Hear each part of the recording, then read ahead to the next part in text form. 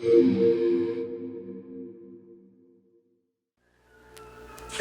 a massive challenge for me to know where to start with telling my story. It's been 5-6 years since everything happened now, and it's been so overwhelming for us that I still haven't touched any of the footage from surgery or before surgery when I was on stage.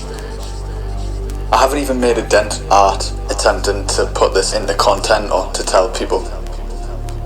So I'm gonna try and start today. In 2017, I had a dream to be something in music. This was an idea I had, and I was very determined to do this. You know, I've loved music and sort of performing or just showing off really since I was a kid. And yeah, 2017 was where I really had the idea to make this happen. By 2018, I was selling out shows with my friends in a group called Running Clan that got quite a lot of traction locally, and I was on top of the fucking world.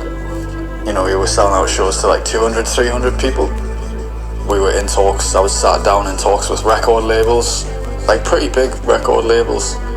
I felt like I was absolutely on a direct trajectory to, you know, fame and fortune and success, and I was so fucking happy and full of myself, and you know, maybe a little bit too full of myself, but it was a great point in my life. And then by 2019, I had it all taken away from me. In fact, it probably was the end of 2018, so I gained it all and lost it in the space of a year, really.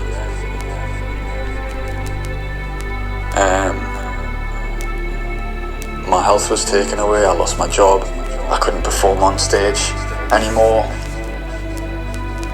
I was in pain all the time, my relationships broke down, all because of a health issue that I didn't know I was born with. And I suppose the question from there really was that I didn't have a doubt in my mind that I could handle it and get back to who I was. You know, I was so determined as a person, and I absolutely credit my dad for that tenacity and instilling that confidence in us. I didn't doubt for a second that I was going to fight this and get back to performing on stage, get back to being my healthy, powerful, cocky self. You know, I didn't think for a second that this would last as long as it has.